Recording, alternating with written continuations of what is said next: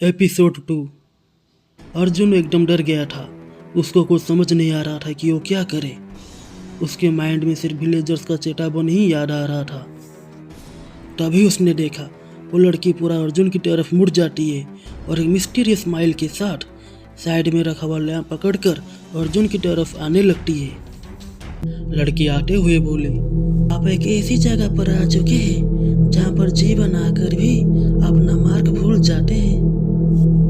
अर्जुन को ऐसा फील हो रहा था कि जैसे एक मेलोडियस वॉइस उसके माइंड के ऊपर कब्जा कर रहा है। उसको ऐसा अनुभव हो रहा था जैसे उसका दिल एक घंटे की तरह बजता जा रहा है। वो लड़की बालकोनी के मार्बल फ्लोर से 4 स्टेप नीचे उतरकर अर्जुन की तरफ आने लगती है। उसके चलने का मूवमेंट एकदम फ्लूइड जैसा स्मूथ था। ऐसा लग रहा था जैसे वो लड़की हवा में चल रही है। पीछे खड़े हुए 2 मयूर उस लड़की को बो करते हैं, मतलब उनका सर उस लड़की की तरफ झुकता है। उनके फीडर्स खिल जाते हैं। हवा से उस लड़की का हेयर्स स्लोली उड़ रही थी। नीचे हर तरफ गिरे हुए गुलाब की पंखुड़ियों के ऊपर चलकर वो लड़की एकदम अर्जुन के सामने आकर रुक जाती है और अपना चेहरा एकदम अर्जुन के चेहरे के करीब ले जाती है और क्यूटली स्माइल करने लगती है।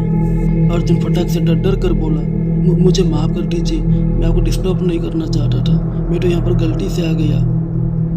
अर्जुन का दिल जोर से धड़क रहा था। ये देख के वो लड़की अपना एक हाथ अर्जुन के छाती के ऊपर धीरे से रखती है और बोलती है, आप ठीक तो है? आप इतने घबराए हुए क्यों लग रहे हैं? अर्जुन बोलता है, क्योंकि गांव वाले बोलते हैं कि आप किचनी हो, आप एक भूत हो, एक आत्मा हो। वो लड़की ये सुनकर जोर से हंसी। उस लड़की का हंसी का साउंड इतना ब्राइट और मेलोडियस था कि आसपास के सारे फायरफ्लाइज एक रिदम में आकर गुनगुनाने लगे। वो इस बार फिर अपना फेस अर्जुन की फेस के करीब ले जाती है और अपना एक हाथ अर्जुन के गालों के ऊपर रखती है और सहलाने लगती है। अर्जुन ने जब उस लड़की के हाथ की उंगलियों को अपने गालों पर फील किया, उसके बदन में एक करंट सा दौड़ गया। उसके हाथ एकदम रिवर वाटर के जैसे ठंडे फील हो रहे थे, लेकिन एक अजीब सा वार्म सुकून भी था। उस लड़की ने बोला, भूत? क्या मैं आपको एक भूत की तरह लग रही हूँ?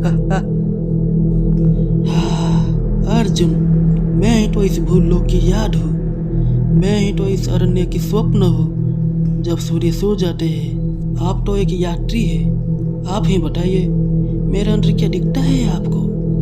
आलोक, ज्ञान, या फिर आप सिर्फ अपने जीवन को अच्छे से जीना चाहते हैं?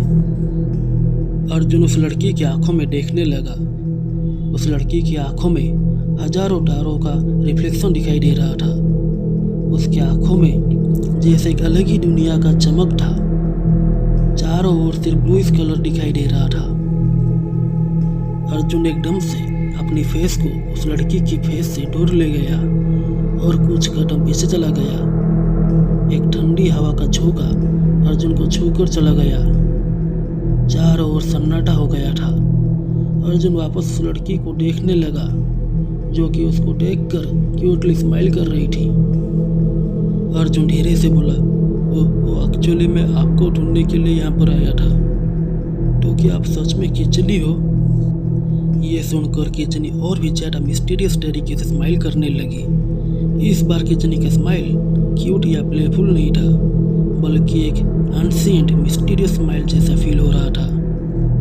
किचनी ने अपने हाथों को आगे बढ़ाया और अर्जुन के हाथों को स्मूथली पकड़ा। किचनी के हाथों का वस्त्र और आभूषण मूनलाइट से ग्लो कर रहे थे। किचनी के बाल स्लोली हवा में लहरा रहे थे।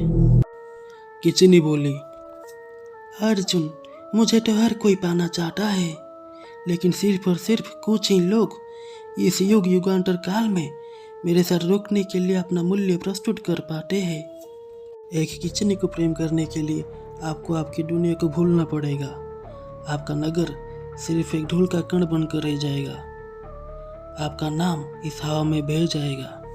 किचनी ने अपना हाथ आसमान की तरफ किया। जिस डायरेक्शन पर उसकी उंगली थी वहाँ पर आसमान में एक छोटा सा चंद्रमा आकृति का स्टार चमक रहा था। किचनी वापस अर्जुन की तरफ मुड़ी और अपना एक हाथ अर्जुन की तरफ बढ़ाकर बोली, अर्जुन आप मेरे साथ चलिए, मैं आपको दिखाऊंगी अपनी दुनिया जो सूर्य की तरह चमकदार भी है लेकिन दिल को सुकून देने वाली शीतल भी है।